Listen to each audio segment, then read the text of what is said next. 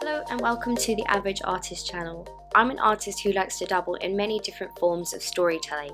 If I'm not drawing comics, I'm reading or writing a book, I'm illustrating, or I'm doing YouTube videos. So this video is something that I wanted to do for a while and is completely different to my usual types of illustration videos, so please bear with me. Before we start, I would like to say that this video is not an opinion of mine, and I am simply stating facts and interesting conspiracies that I found online. With that, let's begin. I will be telling you a short conspiracy theory involving an important work of art. So what do Da Vinci, an Arabic prince, and an American president all have in common? Well, stay tuned as I walk you through this theory that has been floating around the conspiracy sphere. Let's start at the beginning. We all know who Da Vinci was, the world-famous artist and inventor. He was an Italian polymath of the Renaissance era, and he did a lot of stuff during his 87 years on our planet. You probably had to study him at one time or another. If you have ever taken an art class, or even if you haven't, his name is probably as well known today as it was back then, I'm sure. His works include Mona Lisa and The Last Supper, just to name a few. Though he wasn't a very prolific artist, he has 20 great masterpieces of work.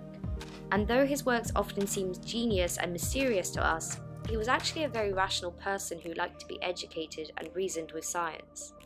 This now turns us to one of his well-known pieces, Salvator Mundi, which has been headlining a few interesting stories through its history. This painting was created in the 1500s. It depicts Jesus Christ in a Renaissance dress, making a sign of a cross with his right hand and holding a rock crystal orb in his left. Salvator Mundi is Latin for Saviour of the World. Just to jump forward a little bit, in 1958 it was sold for an auction for $45 in New York. Then it disappeared for half a century.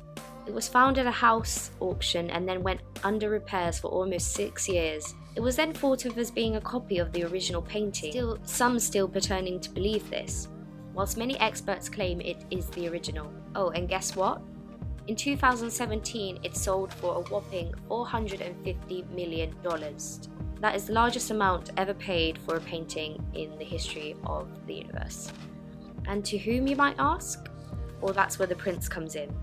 Badia bin Abdullah bin Mohammed bin Farah al Saud. Sorry if I said that completely incorrectly, but as you can tell by the names, this guy is obviously very rich and very important.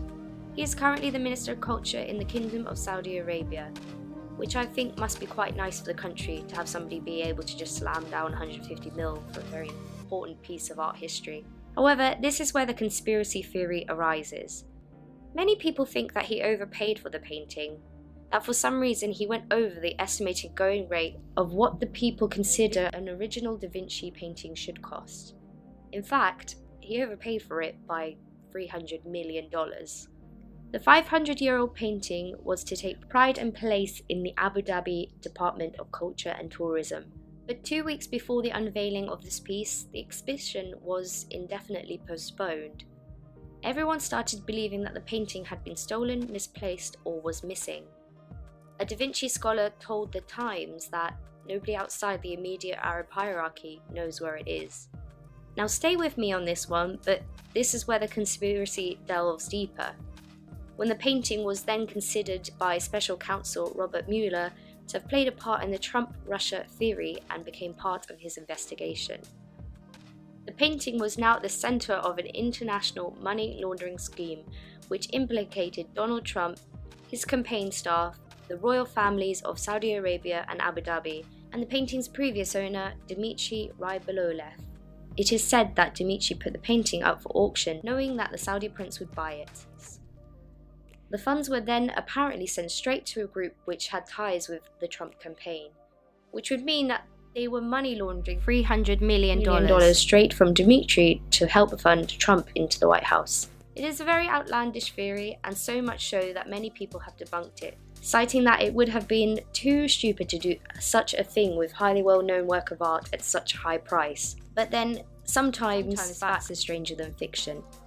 It also brought attention and highlighted how unregulated the art market is today. So, in conclusion, why did the prince pay so much more than the original price? because he could.